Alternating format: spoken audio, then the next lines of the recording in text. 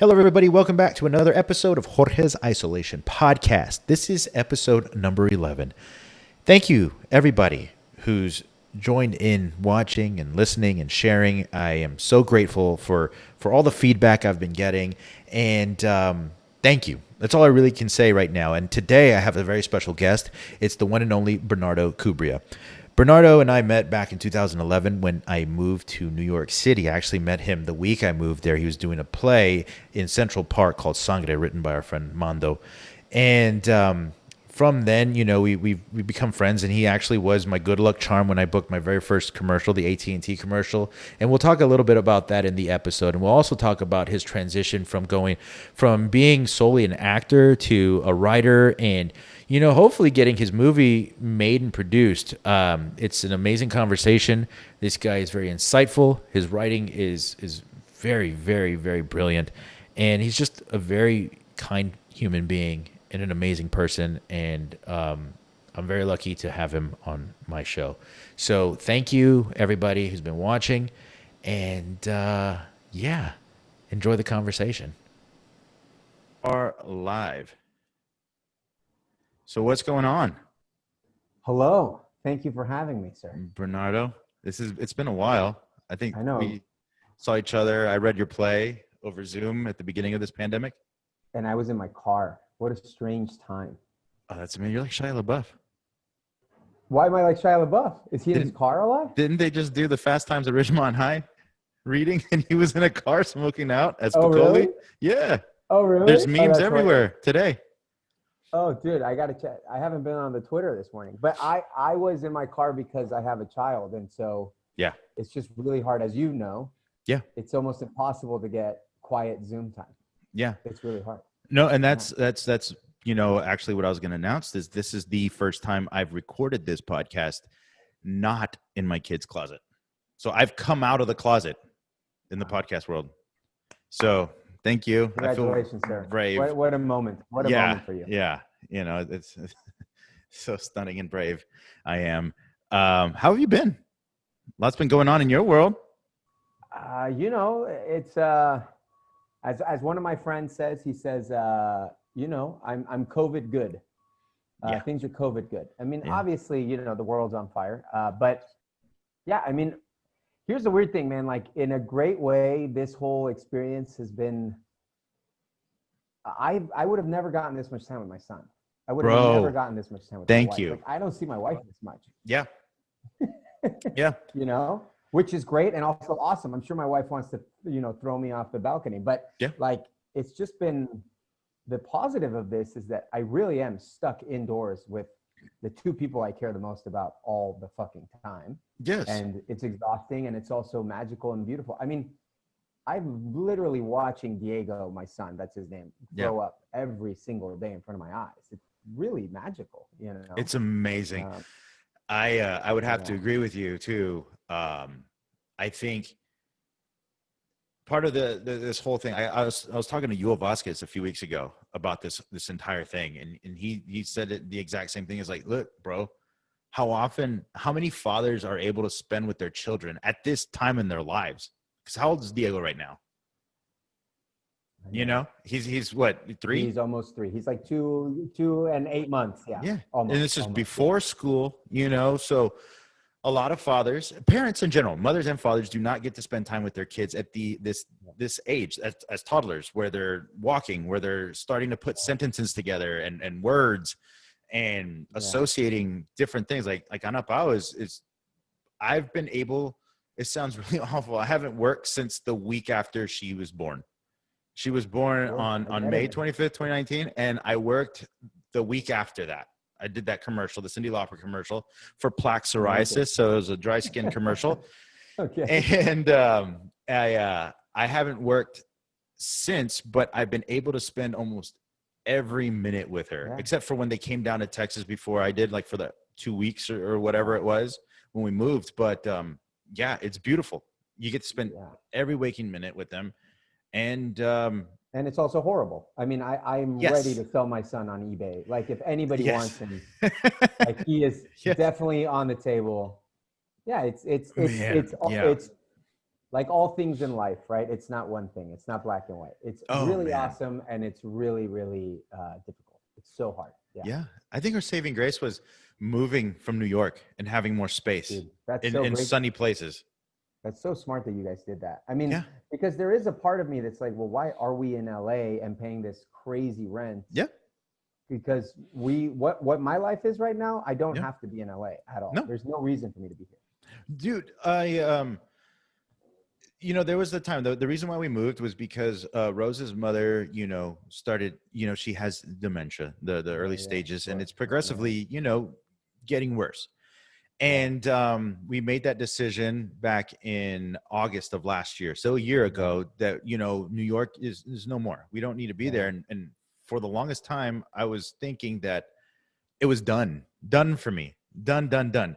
Because I'm coming to Texas. It's one of the regions where, New York or LA cast. And then, they travel their actors to the region. And then everything else that's going to shoot down here is probably going to be some kind of like cheap VOD, Sharknado, worse than Sharknado kind of movie. And that's the kind of mentality I had. And I started talking to a few people. I don't know if you know Lindsey Graham from Betty May. No, I know Lindsey Graham, the senator. Oh, no, not the senator. Lindsey Graham. She's a casting director. Hate that guy. Yeah, no, you're going to love Lindsey Graham. She's amazing. She's from the Valley, too. We went to high school together. Awesome. And she's the casting director there in LA. And I was just like, I always will randomly, every so often, just ask advice, just what her opinion is on things. And I said, I'm going to move to Texas. She's like, good. You don't need to be attached to one city anymore. She's like, most of everything we do is self-tape. So and then Ricardo Chavira does the same thing. He's been living in San Antonio, and I called him and we talked about it, and he's like, bro, you don't need to be there. It's not going to be easy. You're going to do self-tapes, and you're going to probably land maybe one out of hundreds, but it's not impossible. And sure enough, COVID hit, and now everybody's got to do self-tapes. I know. Even if you're in the city that they're casting for. It's crazy. Crazy. I mean, I remember, dude, when I was in theater school, I had a teacher named Ruddy Cravens. I don't know if you'll listen to this, but he is like that guy in Houston. Like, really? He was my hero, dude. When I was in theater school, I was like, all I wanted to do was have a career like Ruddy Cravens. Like, he had one scene in Ray, and I was like, oh my God. When you're in college, anybody who's like actually in Hollywood, you're like, fuck, you're like the greatest. And he ran a Shakespeare company in Houston. He was my teacher. Yeah. He had his wife. He had a house. He had a daughter. And I was just like, he figured it out, And I don't know. There's just so many paths in this. I mean, to me, the thing about being in New York or LA is that there is an immediacy to that. But right now, that part is dead. It's over. I mean, it's not happening right now. Yeah. No, absolutely. And I think what also helped me out was, hold on, I'll turn on the fan here. Sorry. I like it, man. I got the lighting here. I'm in the bedroom here. Is the beginning of the year, right before COVID, what kind of, I got agents. So I have a manager in New York still. Right. And he set me up with agents here in Texas, in Austin, who he worked with in New York years ago at Abrams. Amazing. And within that month and a half, January, February, I went out for, I think, 3 series regs. Wow. And a couple of features, and completely honest, it was the best January I've had in my career. Sure. Best. Yeah. I mean, I didn't book, but that's the most auditions I've ever had in a January and February. Usually I don't audition at all. Yeah, that's amazing. Because I'm not famous enough, to be seen for a series regs. That, my friend, trust me. Yeah. And then, part of this podcast, it was created, it's Jorge's Isolation Podcast, because I'm isolated from the rest of the world. And a huge inspiration to this podcast was the Off and On podcast, your podcast, that you created like the year I moved to New York. And my computer probably froze a little bit. But when you started that podcast, you were, I cut out a little bit there. Yeah. You're back though. I'm back in black. I heard a very nice compliment. Yeah, no. Your podcast was a big inspiration for this. Because at that point, you were deciding what was the future for you in that. And you were talking to all your friends. And I remember the first few, I was original listener. I was living at Mondo's place when him and Serena moved. like that we took over, and like, Wow. then the landlord got all shady and raised the rent like by $1,000 like over a week. It was just, it was a Wow. mess. Yeah, it Wow. was a mess. But I remember that podcast, and I listened to all the episodes, and you're honestly going through what I think I'm going through now. And what I was going through now is like, what's the future? What's next? What, am I going to be seen for this and that? And then I've seen you still acting, still doing voiceover, but now you've transitioned into writing, and that's been amazing for you.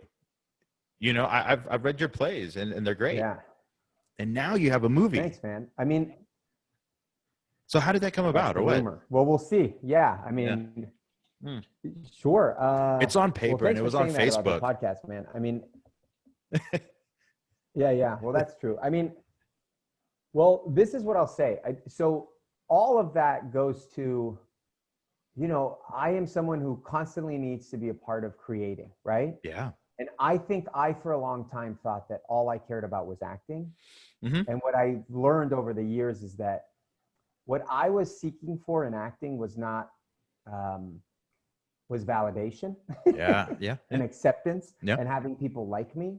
Mm-hmm. And that made me not the best actor. Okay. But when I do other things like the podcast or writing, I don't have the immediate audience in front of me. Yeah. So I'm not whoring myself out for a laugh. Absolutely. Which is what I do all the time as a performer, right? So anyway, I was just reacting to the podcast thing. I mean, the podcast for me was a lifesaver in New York because it was early on in my career. I was so broke. I mean, so broke. Yeah. And, I was basically just, at that point, I wasn't even getting co-star auditions. I was getting no kind of television auditions. I was just acting off Broadway, which was honestly, Jorge, all I ever wanted. Yeah. But I was broke, overworked, exploited as a worker, because that's what the theater world does to you, right? And I just wanted to talk to other people about why are they still doing this, But yeah, and then I guess to answer your question about the movie, dude, I mean, I'll try to make it a short story, but so I'm a part of this theater company here in Los Angeles called Ammunition Theater Company, which is like, they have been my home since I arrived here. Amazing. What Intar was for me in New York is what they are for me here. Yeah. And they have just been super supportive of my writing, of my plays. Like every one of my plays gets at least a workshop there. They've produced 2 of them. I mean, really, they've opened so many doors for me. And one of our members is this actress, Carla Sousa, who's a Mexican actor. Mm-hmm. And she and I have really bonded. She helped me produce a reading of my play Neighbors years ago. I read that play. Oh yeah, you've been in that play. Yeah, I read that for Animus, right? Animus, yeah. That's great. Well, I'll shout them out too. Animus is an amazing theater company. They've been great with me, But anyway, so it is funny though how like we love the companies that are supportive of us, right? Yes. I'm like, I love Animus because they supported me. Yeah, they gave me the chance to do theater when a lot of places would never give me a chance to do theater. Yeah, exactly. And it was remember that. Yeah, always. Yeah. Like if always. I ever have any kind of theater project, they're probably going to be the first they go to. Yeah. Just because I got to work with them a lot. Them or Intar. Yeah, and those first places they go, you can hang out. It means a great deal. You never forget it. Anyway, so long story short, in like November, Carla did like an apartment reading of a new play of mine called Crabs in a Bucket. Mm-hmm. And she really dug it. And then afterwards she said to me, hey, do you want to write a pilot together? Yeah. And I said, sure. And so she and I developed a pilot that went nowhere, but we had a great time doing it. And then she had an opportunity to go pitch Gina Rodriguez's film company, film idea. Mm-hmm. And so she called me like December 23rd and said, hey, they want to do a movie. Can you come up with 3 ideas and we'll go in together and pitch it? Mm-hmm. And so in January, so over the break, I came up with 3 ideas. I workshopped them. My friend Xochitl Romero, who is responsible for so much of everything that happens in my life, she helped me punch up a lot of the jokes in the pitch. And then I went in, I pitched it, and they loved it. And then they said, we'll write a draft on spec, like no money. Yeah. And then the idea was we'll attach a bunch of people and then sell it. Yeah. And dude, it was amazing. It was an amazing process. I sat down in January, and at the end of the month, I had a first draft. And I called them and I said, I come from theater. I can either like keep neurotically working on this at home, but I would rather do a table read, hear it, and do Liz Lerman as feedback, like full theater. Right? Yeah. And they were like, oh, cool. We've never done that before. Let's do it. And we did, and it was amazing, dude. And then they gave me great feedback. I mean, I can't say enough how much they have guided me and helped me. I mean, this is a new world for me, dude. Like this is my first like real screenplay, you know, like I've never done this before. Absolutely. And then, dude, like, so that happened. They gave me notes. And then a director came on board. He gave me notes that were amazing. I wrote the third draft. And then, dude, like a month ago, I got a phone call from them saying like that they had found financing for the movie. Amazing. Yeah. I mean, when I got that call, I just started crying like a baby, you know? Oh, yeah. No. I can totally imagine that. I can see that happening. Because that's got to be a good feeling. I cry, because of how often I cry, right? Dude, I cry all the time. Yeah, no, me too. Yeah, I'm a big crybaby. Yeah, I'm a huge crybaby. No, I, you know, dude, it was two things. One, it was this like long. I mean, I'm 38, dude. I've been at this shit a long time, you know, and it's like you're always just hoping that someone opens that door for you. Yeah. You know. And speaking of being grateful to people. Yeah. I mean, to Carla and Gina, like to both of them, I'll never forget what they did for me. I mean, to open this door to me, to believe in me, to stand by me as an unknown writer, you know? Yeah. I mean, that meant so much to me. And then the personal part of it is that the movie's about friendship. And so I'm going to get a little mystical, very LA on you here, but a really good dear friend of mine passed away suddenly. I like it. So about 4 years ago, one of my best friends passed away suddenly, a guy named Timmy Wood. And this movie is about friendship and about death. Yeah. And I really believe, Jorge, I know this is going to sound crazy. No. But when I started to write, it just kind of flowed in a way that something had never flowed out of me before. And I really believe he had a lot to do with this moment in my life. I'm like getting teary-eyed right now. But he really, I don't know, man. I believe in that stuff, you know? No, I totally believe that. So I'm just like so grateful that this happened, especially at this moment when, you know, I almost feel guilty, like, posting about it, or, you know, because it's a really tough time for so many people, and you know, but I'm also really grateful and happy, and I don't know, all the things. I think what you got to realize too, because it's one of the things that I've realized as the years have gone by. I haven't been doing this as long as you have. I'm 37, but I got into the game late. You know what I mean? And Sure. Every victory for you, I think you got to remember, it's not just a victory for you a lot of the time. It's a victory for everyone around you, in your circle, where you're from, your neighborhood, your family, your friends. And I've like where I'm from in the Valley, the Rio Grande Valley, South Texas, you know, I remember every time I'd book something, whether it was like getting killed in the blacklist in the cold open, you know, people wondering if I was going to come back. I'm like, no, I'm pretty dead. Getting killed in that, or you know, just those little like 2-line things. Everyone's so proud. Everyone is so proud. And you know, when I saw that post that you have this movie and, you know, it looks like it's going to get made and you got financing, like things are starting to roll, even if it doesn't, like whatever, like worst case scenario, if nothing happens, it's still a big step to lead to other things. Cause you know, this is a huge thing. And I got happy and I was just like, I need you. I need you to, you know, come on here and we'll chat. And I had already talked to you about coming on here before because, you know, I was very inspired by your podcast. You had a lot of great guests, a lot of people I didn't know. And then I ended up meeting later on in the career because I was still green when I went to New York. When I first met you, I was so starstruck by everything. I think I met you man. When you were doing the play in Central Park with JJ. Play. Yeah, Mondo's play. Yeah. I met you then. Sangre. Yeah. Oh, dude. I remember that. Yeah. And I was I remember that feeling. I long for that feeling, dude. I don't know about you, but there was something so pure about, like, dude, I admired people, you know, it wasn't like celebrity, like what people think of that. It was like theater lifers. I still have such a reverence for people who dedicate their lives to the theater. Like I really do, because I couldn't do it. I just couldn't. I didn't have it in me. And I love the theater. And You know, I just sent Gilbert Cruz a play that I just wrote, who's like a lifelong New York actor. Like he, to me, is one of my heroes. You know what? We got to give Gilbert a huge shout out right now because of the 10 people that listen to this podcast or watches it on YouTube. Gilbert is always there. He's the one that is always commenting. He's the most supportive dude. I love Gilbert. Gilbert, you're the man. Dude, to me, Gilbert is someone who I wish that I had the sort of power to like build him a statue in like Theater Square. Absolutely. You know, like when you think of those guys, dude, like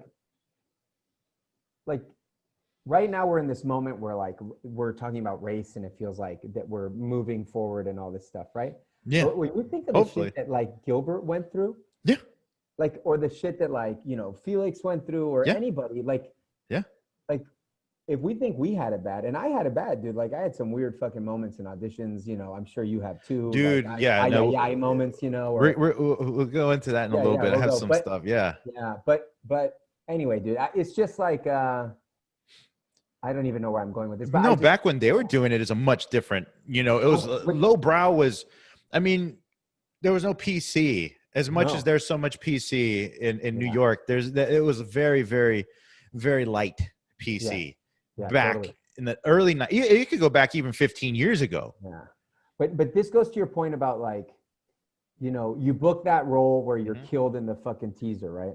But also Whataburger cup. Love it. I want that in my mouth right now. It's a Yeti Whataburger. Oh, that's amazing. That's so Texas. Dude, I love it. So the only thing that make it worse, Texas, is styrofoam. Like I love how Texas like doesn't give a fuck. They're still hanging on to styrofoam, you know? Oh yeah. And plastic straws. Starbucks has those lids that you don't need the straw for, and they still give lids. I know. I mean straws. Yeah. I know. So they're like, fuck the turtles. They don't care. They'll never fucking care. Yeah. But the burgers are good. Oh yeah. So the point is like, there's that thing that I long for in my life, which is that sort of youth, that belief, that lack of bitterness, which I am riddled with, right? Like when you're younger and you book that first role on TV, and your friends are texting you like, whoa, dude, you're on TV. Wow. Like from back home, your ex-girlfriend from 7th grade is like, oh, hey, what's up, Jorge? Yeah. You know, it's so exciting. Yeah. But then 2 years later, you're like on your 7th co-star and you're like, fuck this co-star shit, man. Yeah. You know? Yes. And your friends text you and you're like, whatever, man. And you tell them how little it means. Yeah. You're like, dude, fuck that role, man. They won't even see me for a guest star. And your friends in Houston are like, guest star? Who the fuck knows? I don't even know what that means. I don't even, it doesn't matter to anyone else outside of this. And I know exactly what you're talking about because I've had several of those moments where they're like, well, you mean you're on TV? You know, it's still special. And it's just keeping it. I get it. And sometimes I feel like an asshole for not appreciating that. And I have to remind myself, you know what, this is a spot that a lot of people want to be in. Yeah. You know, but also you're allowed to more. It's kind of, it's at that point where it's like, well, am I pigeonholed now? Am I just the big construction guy or the big doorman? I did 3 doorman auditions, booked 2 out of the 3 back to back to back. I did Succession, Blue Bloods, and then there was one more I was going to do, back-to-back doorman. But here's the thing, dude. I'm sure you've heard that story where Dave Chappelle was talking to Jeff Ross. And Jeff Ross early on in his career is like at a bar with Dave Chappelle. And he's like, dude, I'm becoming the roast guy. Like, I fucking hate this. Oh, like, yes, yes. Guy. I want to be the fucking, I'm a comedian. You know, I want to do stand-up. And Dave Chappelle was like, you fucking idiot. In this career, if you find a lane, like you fucking stay in that lane and you milk that. And now Jeff Ross obviously believes that because he's the fucking roast guy. He's the roast guy. He's on Instagram roasting people like, and he's fucking great. He's hilarious at it. He's the man. And so there is a part of me that's like, Jorge, just be the fucking, you're the doorman. That's great. Yes. Dude. Like I never found my thing, you know, like except in commercials, I was like goofy dad. Like that I definitely found. But on TV, it was like, I never had, I would have loved to be the doorman. Yeah. Well, you brought up commercials, and that's kind of funny because of you. I think you've been my good luck charm with commercials because the 2 times, the very first professional audition I had, commercials, I had no fucking clue what I was doing. That was the Yankees one, The right? Yankees one. And I'll never you forget came that. in and you guided me through this whole thing, and I booked it. And I was just like, man, I think I should give you a cut. Dude, I'm still waiting for that 10%. That's why I'm on this podcast today. You know Where what? the Yeah, fuck is my money, dude? you You want got me to give you my Venmo? Venmo, right? Yeah, Yeah. I'll Venmo right now, bro. I'll tell Rosa. Rosa controls all that. Dude, that was I know. Same Yeah. in my house. Wait, but And then I ran into you for a new. I had just auditioned, I think, for New Jersey Lotto, or and you booked that. so I booked that. Yeah, I remember seeing you on the street in New York. I know Yeah. exactly where we were. I Yeah. remember. So So I'm funny. kind of like, man, maybe I should move to LA just to live near you, Dude, so I can just go move for. across the street. Yeah, dude, like you really helped me out there. But it was funny because for the callback for that Yankee commercial, it was interesting. I remember that. Yeah. There was 3 Latinos and 3 Asians. Yeah. There was a gordito Latino. There was just like, an everyday Latino, and then an athletic like you. Yeah. You know what I mean? Athletic. Wow. Yeah, you're athletic. I'll give you that. Because the other guy was like lanky because they matched up evenly with the Asians. There was a chubby Asian, the athletic Asian, and then there's like the everyday nerdy one. I was just like, okay, we're getting creative here in the casting office. So they cast me and a white dude. My favorite thing at a co-star audition or a commercial audition is when you show up and it's all the racist version of you. Yeah. And you're like, oh, they just put out a call. They're like, just one of the minorities. Yeah. This kind of type, Yeah. And in those, you're like, or I don't know if you've ever had it where you show up to a commercial audition and like, it's all, this for me happens a lot. Like it's all black dads and then I'm the one Latino. Yes. And I'm like, oh, I'm the just in case they decide to go Latino, right? Bro, I know Gilbert very well because I'm the just in case guy with all these old people. No offense, Gilbert, but like, yeah. Oh, Gilbert, just stop listening. Yeah, he's just like he just unsubscribed. Yeah. And unfollow. No, but like I've been that just in case guy for so many things. Yeah. I went in for Kevin Can Wait, and I was younger than all those guys, and they're all white guys, older white guys, and I ended up booking it, which was so cool. Dude, but you know who changed my opinion on that? Because I used to be upset to be there. And the Valley Zone, Raul Castillo, I remember he told me. Yes, I'm going to tell you this too. Yes. Oh, he told you this story. No. He changed my mind about it too. Oh, so I wonder if it's from the same, because he had an experience where he went all the way to Silver Cup Studios in Queens, for people who don't know, which is like a long subway ride. Yep. And he gets there and it was all like 60-year-old Latino men and him. Yes. And he was like, what the fuck am I doing here? He's all pissed. Yeah. And then he ended up booking the role. Yeah, exactly. He ended up booking the role. Yep. And I remember when I was young, like you were talking about first being in New York, and Raul was a huge reason I met my friends and found my community. I mean, I owe him that for the rest of my life. He was the one who was like, dude, doesn't matter if you're right or wrong, go to the audition. You never know what can happen in the room. Yeah. Absolutely. I had the same conversation with him a few times. And Raul Castillo, even in your podcast, and I'll back it up, he is the one person who will give up his time to spend with a new person.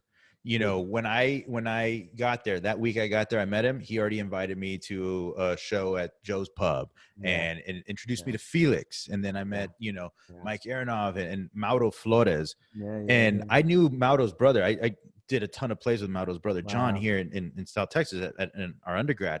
But I never knew Mauro. And I met all these people because of Raul. Yeah, and, even now, like, just I don't want to take credit for this, but I did help him with his self-tape for Looking. No, I know. You have taken credit for this many times to me. Yes. I mean, I am the inspiration for many performances. I was edited out of Mr. Robot too. I don't know if you know this. It was the last scene. It was the last scene that Rami Malek, Academy Award winner, Malek. Yeah, he shot for that first season. And I think that they took me out of there just intimidation, Yeah, he didn't want to be. I get it. The shine was off of him. Let's just say that. Yeah. The cat's out of the bag. It's there. It's like when a heavyweight wins the belt, and the first 2 fights are against guys just to show off, right? Exactly. I was challengers. I get it. It was me, Lil Mac, and that was Glass Joe. You know what I mean?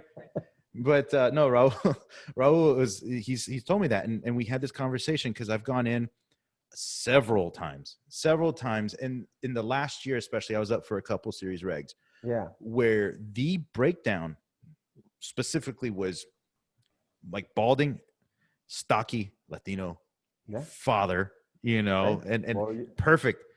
And they went and cast an Asian, or they went and cast a black dude. And it's like, I was complaining about it one time, and he's like, hey, bro, like, they don't even know what the fuck they want at this point. They don't. Just go in there.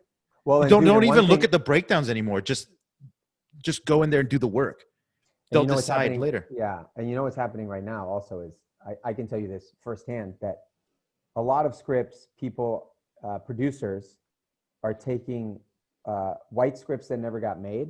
Yeah. And because of the moment, yes, they're literally not doing the work. Yes. They're just changing all their names to like Jorge Ramirez or to what they consider to be a black name or an Asian name. Yes. And then they give it to a writer of color and they go, hey, can you make this okay for your people? Yes. And so there are people who may have auditioned for the white version, right? Yes. Like that's happening a lot right now. It's really interesting. No, I believe it. I had an audition where it was for, a character, and it was a Caucasian name. Sure. And it was, a certain age. So it was a little bit older. Mm-hmm. And in parentheses, it said, don't worry about the age. All they want is a non-Caucasian that can act. Is that really what it said? Yes. Oh, God, man. And I'm like, what does the age have to do with that whole second part of the sentence? And I'm like, I'll take it because it's a cool part. It's whatever. I mean, it's that thing to me that's like, I'm on the fence with that. Like, I'm like partly offended, and then partly like, you know what? Fuck it. Like, well, no, this is part. Well, this is how I feel about it. It is deeply offensive, deeply wrong, and I'm also happy if my friend Jorge works, right? Yeah. Like, it's like a friend of mine always, a friend of mine always says like, who cares how you got in the room? Yeah. Now that you're in the room, prove that you belong and that you should stay in the room, right? Yes. And we're still working out a lot of kinks and a lot of years and years of racial bullshit to figure out how we're getting people in the room. Yeah. And that's going to take a long time. But, hopefully once you're on set, people go, oh, he's really good. And then you get to work the rest of your life. Yeah, no, absolutely. And so with that being said, like, what do you think about the thing that the Oscars did with the Best Picture? When they added 10? No, I don't know what happened. So in the last 2-3 weeks, by 2022, I think, or 2023, in order to qualify for Best Picture, I think it's either passed or it's being voted for. In order to qualify, either one of the leads it's one of the leads has to be a person of color, an LGBTQ, or a disabled person. Has to be. Wow. The story. One of the leads has to be. And one of the story has to be centered around, women or LGBTQ, people of color, or disabled people. And this is by 2022. That's when I think so. Yeah. I'll try to. This year it starts. It's next year. Yeah, not for this Oscars, because obviously the movies are being made right now, and there's a lot of Oscar bait, going out there. Sure. I'm on like, I understand there's going to be outrage, and I understand like, well, I don't know. I'm kind of. Yeah, sure. It's complicated. I mean, it's complicated. It just feels like they're setting up a prompt that you have to follow, kind of. But then again, it doesn't seem like it's that. It doesn't seem like they couldn't have been doing this from the beginning. There's lots of movies centered around, that could have been nominated, and they weren't. Sure. Look, I feel bad for the people who are not part of the problem. Yeah. Who are like a friend of mine in LA is a really amazing film director. He's writing a movie about his life. He's a white guy. Yeah. He's Jewish. Yeah. And he's writing a movie about a Jewish family. So I'm like, wait, so do they not get consideration for that? I think that sucks for him. But ultimately I'm for it because the people in power have proven that they are not to be trusted. Absolutely. And that they will not do this without some kind of rule. Yeah. It's kind of like a fantasy football league, right? It is. At some point you realize the guys in your fantasy football league are cheaters, and you have to create a veto because if not, they're going to start cheating with their trades, right? Yeah. And so do I think that rule should exist for art? If the world was a level playing field, no, of course not. I think the best story should win out. But we're so far from a level playing field that I guess I'm like, oh, that's a cool rule. Wow. Yeah. Okay. And that's just for Best Picture. So I mean, there's still you can still be a white person and win Best Actor or Screenplay. it's just, I feel there's going to be some really good lawyers coming out of the woodwork in the next few years. Well, and here's the other thing. This is the kind of stuff that makes people want to go vote for Donald Trump, right? This is exactly the stuff that pushes people to vote for him. Go vote. Now, I think it's unfair. I think it's bullshit. I think it's misguided. But yeah, I do think that there are ways to do what we're doing that I'm not smart enough to find a better messaging or better rules. Yeah. So I guess ultimately I see both sides of it. I feel, this stuff is hard, man. It is. It's like, it's like the Dear White Theater letter. It's all this stuff is great. It's things that I've waited for my whole life. Yeah. And I also see some of the nuanced complications of it, Yeah. No, absolutely. Yeah.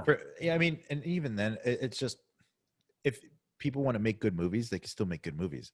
How many good movies have you seen that weren't, that were made by white people and starring all white people that were never nominated? Like Hell or High Water was terrific. I don't think that was nominated. That movie is amazing. I love that. One of the best movies I've seen in the last 10 years. It's one of my favorite movies. Example. Yeah. That Hell or High Water was brilliant. It wasn't nominated. I don't think it was. And it should have been. That movie's a fucking masterpiece. Yeah. Taylor Sheridan is a genius. Yeah, dude. Yeah. I've seen Sicario, got Hell or High Water, Wind River, and he explores the areas in the U.S. that aren't explored ever. It's basically just up the middle, through the Rockies and up north to Yellowstone, which is huge. Everyone down here in the valley loves Yellowstone. Wow. They just can't when they talk about TV shows, they don't watch anything else. Yellowstone is the one show everyone talks about. It's amazing. You know what people in Houston love? They love the Chicago shows. Like my parents, dude, on like Wednesday night, they're like, don't call me, no me hables, Chicago Fire, Chicago PD, Chicago, whatever. Like my mom and dad all day, every day, the Chicago shows. It's so funny. I was on PD. Oh, and that was like, man, it was also my favorite gig I've done ever. Oh, cool. Yeah. Oh, cool. I got to do, I was kind of a serial killer. Okay. That was basic. I was born in Mexico. I came over and became kind of like a redneck. You know what I mean? So I hate people that come over illegally. So I was killing. Oh, you were self-hating? Yes, self-hating, self-loathing. Oh, damn, son. And I was a killer of the females. Oh, and shit. So they end up killing me at the end. The dude who plays Hector in all the movies, like the Fast and Furious, The Purge. Dude, I feel so bad. I haven't seen any of those. So you'll see him. I'll send you a meme. I know the guy. Okay. Yeah, okay. He worked with Raul on El Chicano. Cool. But he's everywhere. He's a sweetheart. I actually was watching The Purge right before I was gonna go shoot. He was in The Purge. I walk into the makeup trailer. There he is. And like so I got to work with him. But I they slashed my stomach. I had the special effects makeup. I remember that picture you posted. Yeah, dude. And they worked on Candyman, the new Candyman. The same people. So I'm kind of connected to Candyman, which is one of my favorite movies ever. I love it, dude. And I'm pissed that they're pushing it back, but I understand. Yeah. But that was like one of the things people will watch the Chicago Marathon still. And I get messages all the time. Hey, I just saw you. Yeah, totally. Yeah, what's next? That's the thing, right, about our I wish I knew our New York and LA bubbles, right? Is like we sit around talking about like the artsy show that's on Hulu and we think that's what everybody's watching. And then when I talk to my friends in Houston, I'm like, NCIS. Shit, man. Yeah. Well, they're watching other things. There are so many things that it's funny how we then think that one show is so important. And then you realize, no, that's important to your small little Facebook group. Yes. But to other people, they're not watching that show. It's like Fuller House. I wouldn't watch that show ever. I've never seen it. I don't care about it. It's like one of the biggest money makers for Netflix, Yeah. It is, and it's we're so full of ourselves.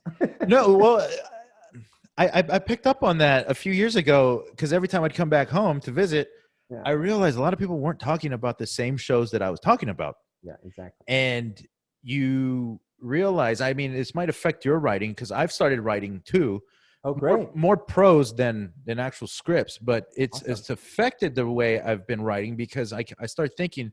A lot of the shows that you see in New York, plays or even TV shows or stuff get produced, a lot of that is written for New York, or written for LA, written for people so it could pass along in New York.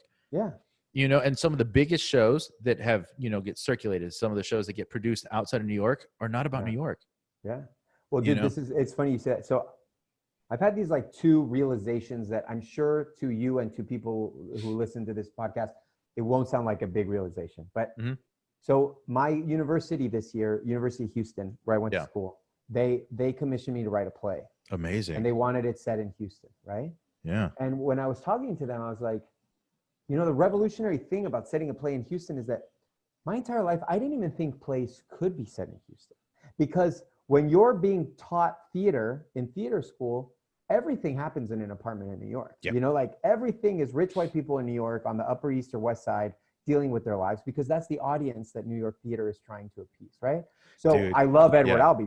He's the greatest. I mean, I think he's a genius. But so Edward Albee gets done because he's writing plays for those people, right? Yes.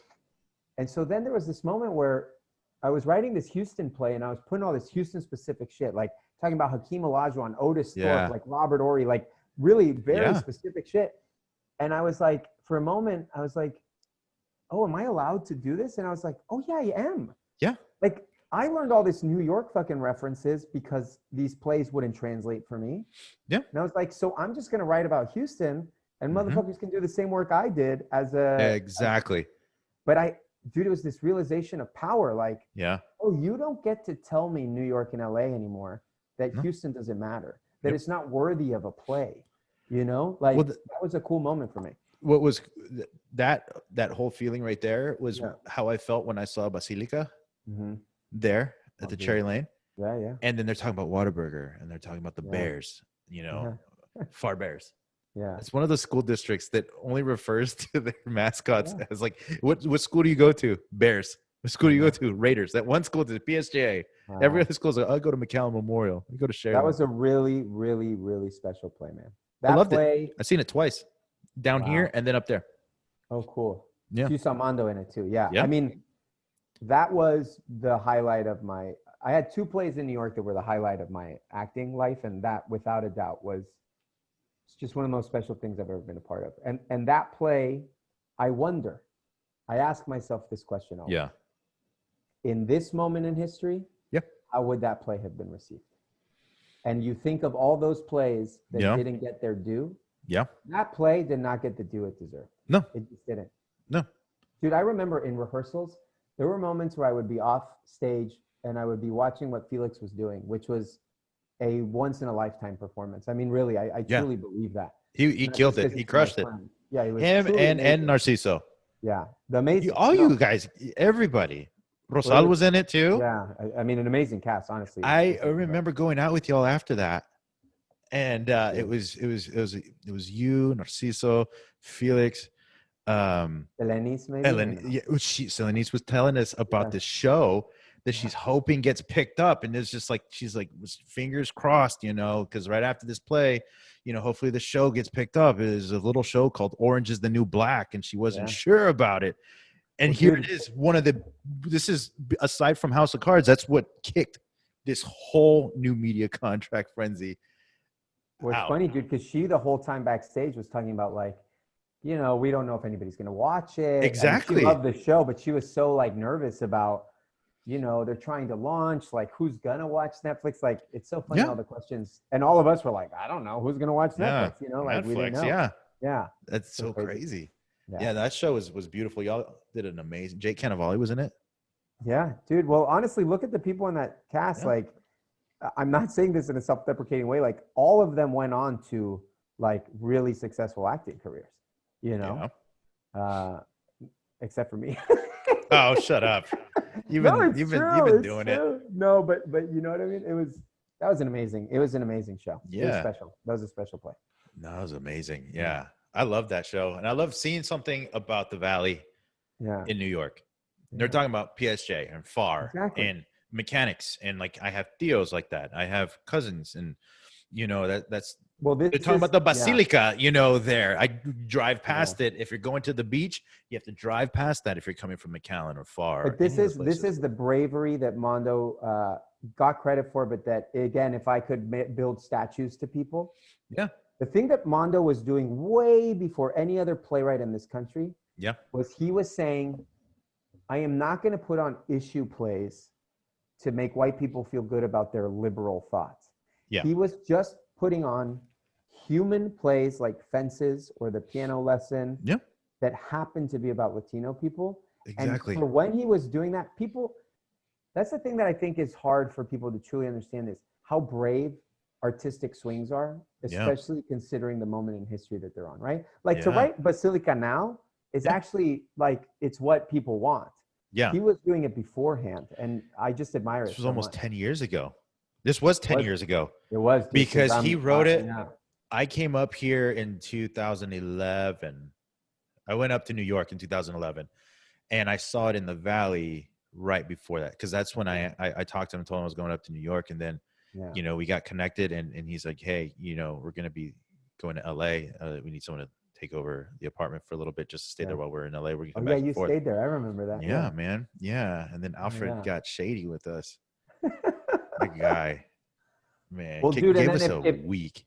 If I can rant for one more second about the other realization I had recently was. Yeah, absolutely. Yeah. So, and I don't, this is again, I know for other people are going to be like, yeah, dude, of course. But so I was thinking about like this moment, you know, I wrote the screenplay, and I was thinking about like, okay, like I was told you got to write a screenplay. And so like about a year ago, I bought these 4 books that everybody says, you got to read these books to write a screenplay, right? Was it Story? One of them? Story. Save the Cat? Save the Cat. Exactly. Was it the Sid Field? The Sid Field books? Yeah. And what's the other one? I have it somewhere over here. But anyway, it's all written by white men. Yeah. Okay. And I started thinking, wow, man, like everyone said to me, make sure you learn the rules before you tell your story, right? Yes. But those rules were written by white men. And I started thinking about my grandmother, who was a poet in Mexico. Yeah.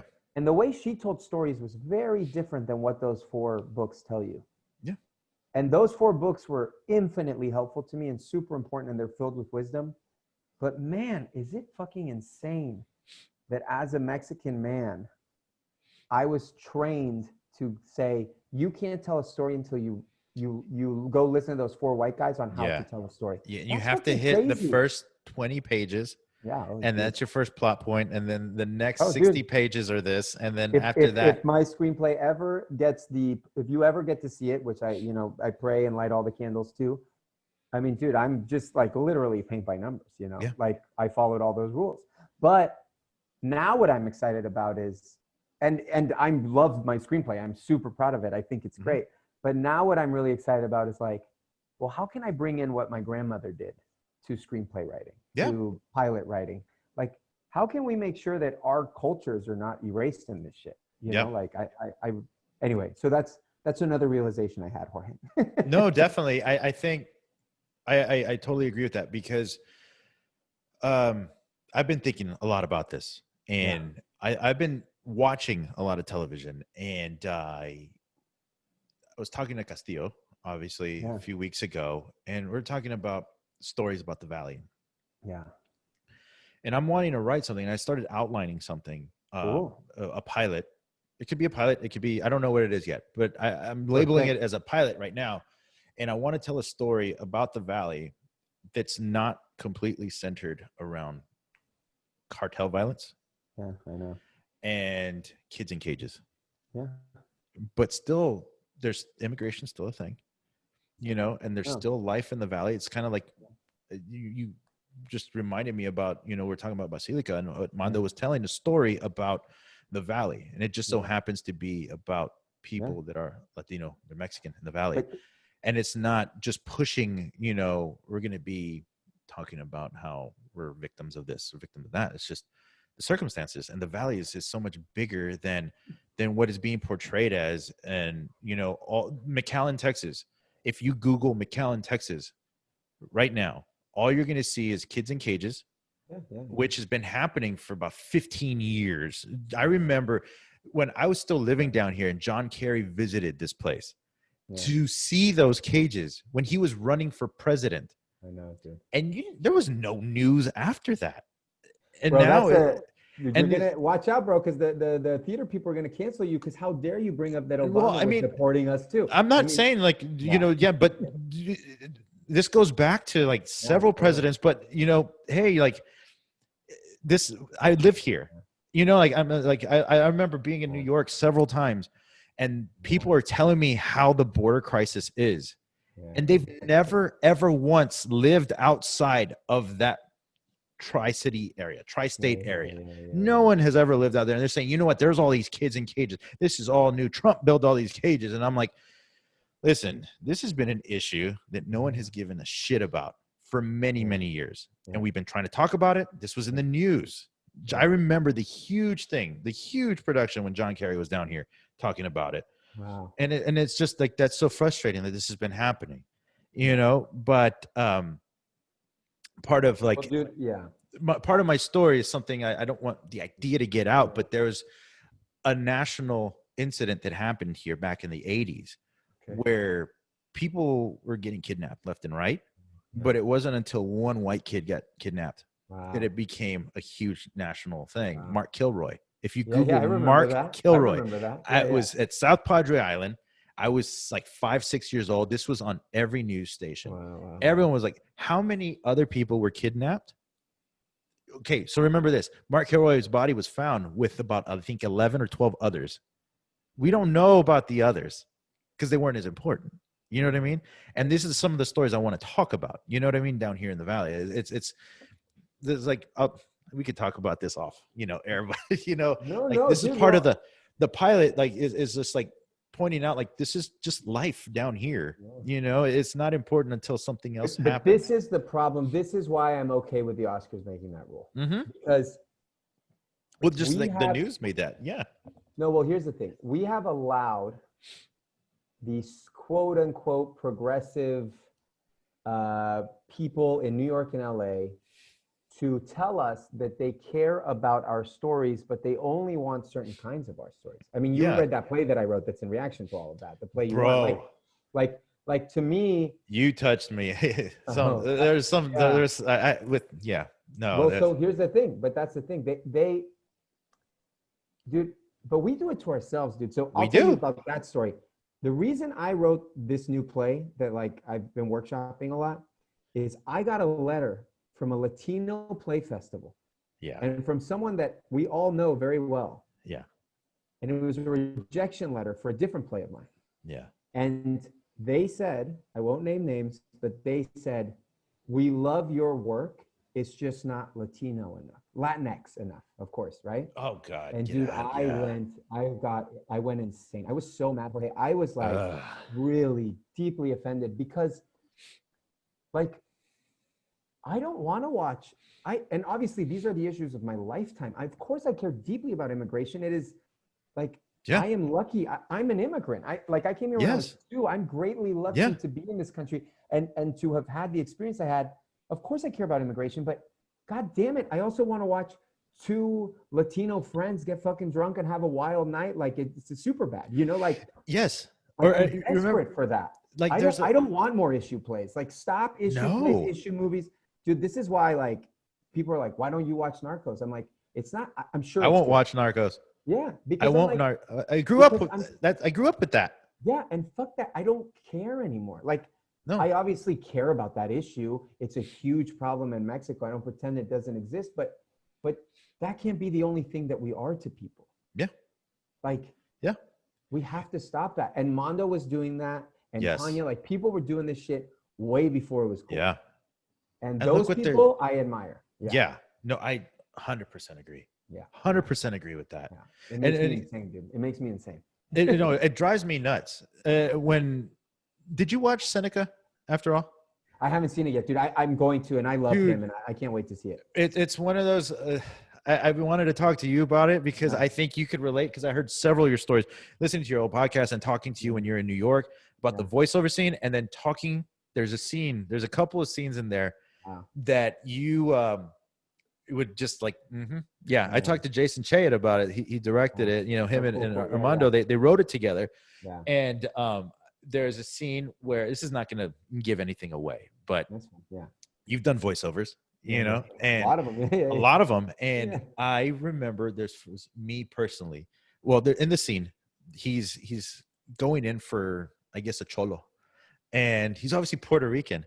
And they said, hey, like, you know, be more, crazy about it, And he's like, okay, pinche pendejo, cara de mi verga, just like off. They're like, yeah, keep doing that. And watching that scene reminded me of this one audition I had for a video game. I think it was one of the GTAs. And it was at a studio on Fifth Avenue. And I'm in the room, and this casting director is this middle-aged white dude. Yeah, he's like, hey, why don't you do it more like, hey, why don't you do this like this? Hey, and I'm like, no, I'm not going to do that.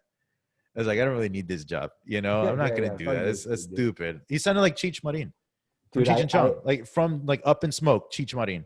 Well, you're better than me, because I had a real sellout Your People moment where, so Loop Group, you know what that is? Mm-mm. So Loop Group, this is good to explain for people if non-actors listen to this. Loop Group is like the background voices in movies. Okay. Right? You go in, like you and 7 other actors, and you put in it's actually a really great gig. It's like a good payday, and you get residuals on the movies. Nice. It's really amazing. So I went in to do Sicario Dos, okay? Yeah, it did. Hold on. But dude, so I go in. Which was not written by Taylor Sheridan. No, I know. So I go in with 7 other people, right? Yeah. And we're all Latino actors. We're all like, struggling Latino actors in LA, just trying to get a paycheck, right? Yeah. Great people, nice people. And dude, for 8 hours, we're doing literal brown face, dude. Yeah, because we're the people in the background, and they want us to be like, we're basically just playing scared immigrants or scared narcos or dying narcos. Yes. And so dude, for 8 hours, in front of this giant screen. No, my friend. I'm like, ay, no, por favor, no me lo hagas, no me tienes, or like doing death sounds, dude. Yeah. Dude, when I got in the car afterward, dude, I felt that my soul had been taken out of my body, raped in front of me, and then put back in just to mock me. Yeah.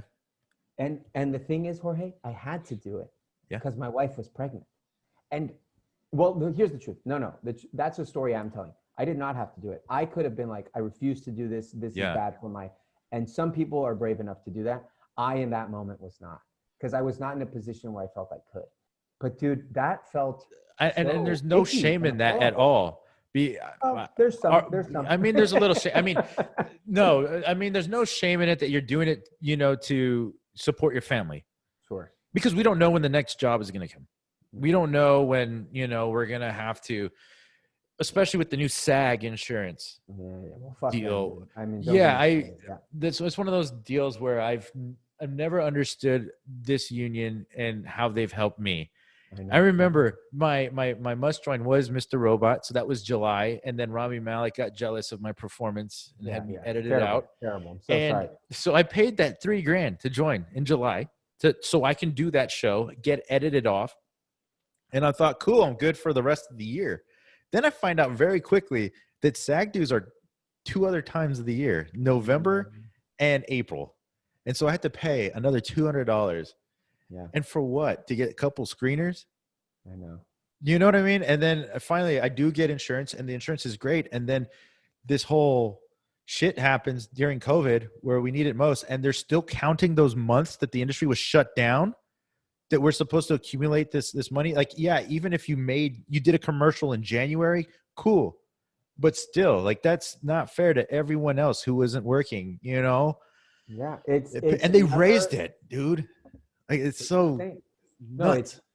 It is deeply evil to come after the health insurance. It is deeply perverse. But it's also sad that if we didn't have SAG, these motherfuckers would fuck us even more. But but that's the thing with being an actor, is that you're always an exploited worker. You're always, because so many people want to do this.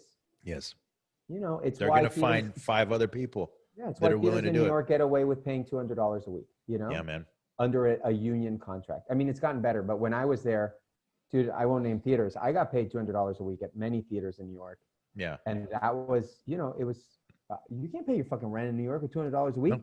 If you're in a play, you're rehearsing, that's 40 hours a week, so you can't do other shit.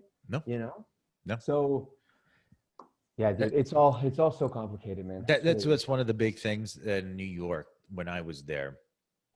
I didn't get to do a lot of theater that I wanted to do because I had the responsibility, to hold up my end, in the marriage. Like Rosa was busting her tail, commuting back and forth. And I turned down a lot of opportunities for theater because of that. And 50-50, yes, I regret it. But then I'm kind of thinking, well, what would the experience have been? You know what I mean? You just never know. Because I even look back at grad school. I mean, would I go back and do it again? No, fuck no. You know, there's only a few teachers from grad school that I have contacted and that I would love to learn from again. Like totally. Cotter Smith, you know, Ron Liebman, Peter J. Fernandez, like geniuses, Susan Cameron, like Gary Vina, like these. I've only named a couple of teachers. You know what I mean? And I go back and I'm like, well, I got bullied. I told that I can't sound Mexican anymore. You know, I sound too Mexican. And, you know, don't lose weight, or you have to lose weight. No, that's what one of the teacher sat me down. They were drunk. This particular teacher sat me down, and then another couple of students that were women, females, they were overweight, and told us, you need to lose weight or you're not going to work. And here I am. My fat ass has been working. You know what I mean? I'm like, you know, it's like, it was my friend Rafa, his dad, before he passed away. He told me, you know, hey, bro, don't lose weight. You're going to work, bro. You're going to work. You really trust me. Sure enough, he was right. I mean, dude. And it's just. Here's the sad thing about that stuff, right? Is that those people are putting their life's bullshit onto you, right? Like, yes. For me, school was necessary because I was not ready to go and audition in the real world when I started at U of H. Like I needed, like some people are born with it. I was not born with a talent to act. I was born with a talent to like be a fun person at a party maybe, but like I was not born with like, you know what I mean? Like I was charming maybe, but if I may be so bold, but I was never like, I didn't have technique. I had none of that. So I had to go to school, but I definitely think there are people who don't have that. Who don't need it, you know?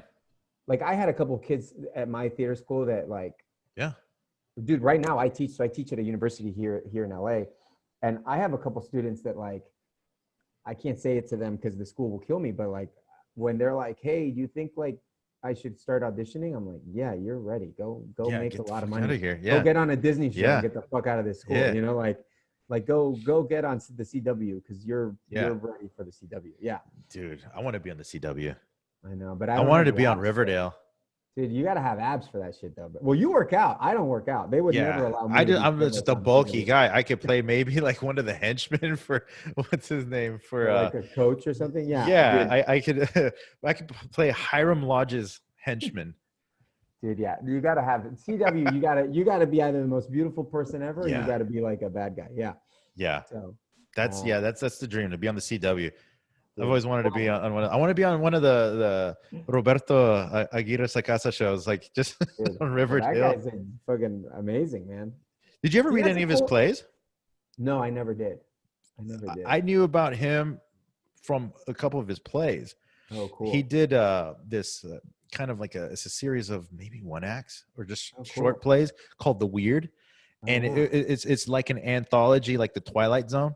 Oh wow. Or like Creepshow on stage. So he's always been into the horror. He's always been into that. And I think he did a picture of Dorian Gray.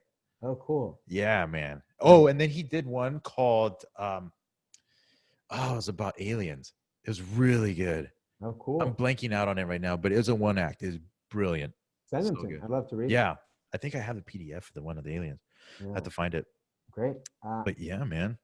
Well, dude, I hate to do this because when people do it to me on the podcast, I have to go pick up my son soon. Dude, I totally get it. My kid, she just woke up too. I can hear her. Yeah. No. This has been great. This has been amazing talking to you.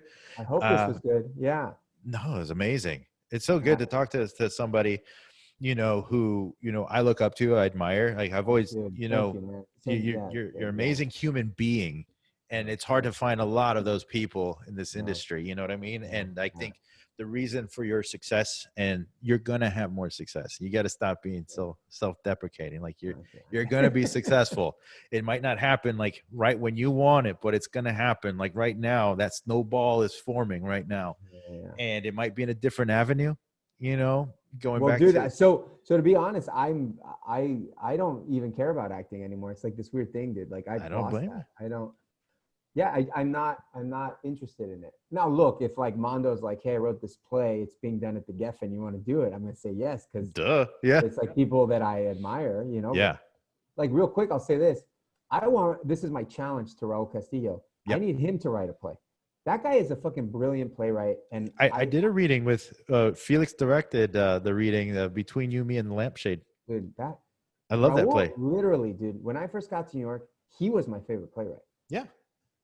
I mean, look, he's had so much success. I get it, but yeah. But I say this to him every time I see him. I demand that Raul Castillo write a play because he's really good at it. And demand him come on the podcast. I've been trying to get him to do it, but you won't do it? He's too busy. Well, I understand. That's you have to go through the army of lawyers and publicists the and PR. Yeah, I'll probably ruin his career. His career. This is. I'll just say this one story. I won't name names or anything, but like when people ask me why I stopped doing the podcast. Yeah. So I had done a play with an actor. I won't name their name. Yeah. But they were on a television show shortly after like we had done the play. Yeah. But we were friends while doing the play, like, you know, we'd like play friends. And so I emailed them and I go, hey, like, can you come on the podcast? And they answered for all press inquiries. And then they put dude, they didn't say, hey, Bernardo, what's up? Like, how are you? Sorry, I'm busy. Literally the answer was for all press inquiries and then the publicist's name. What?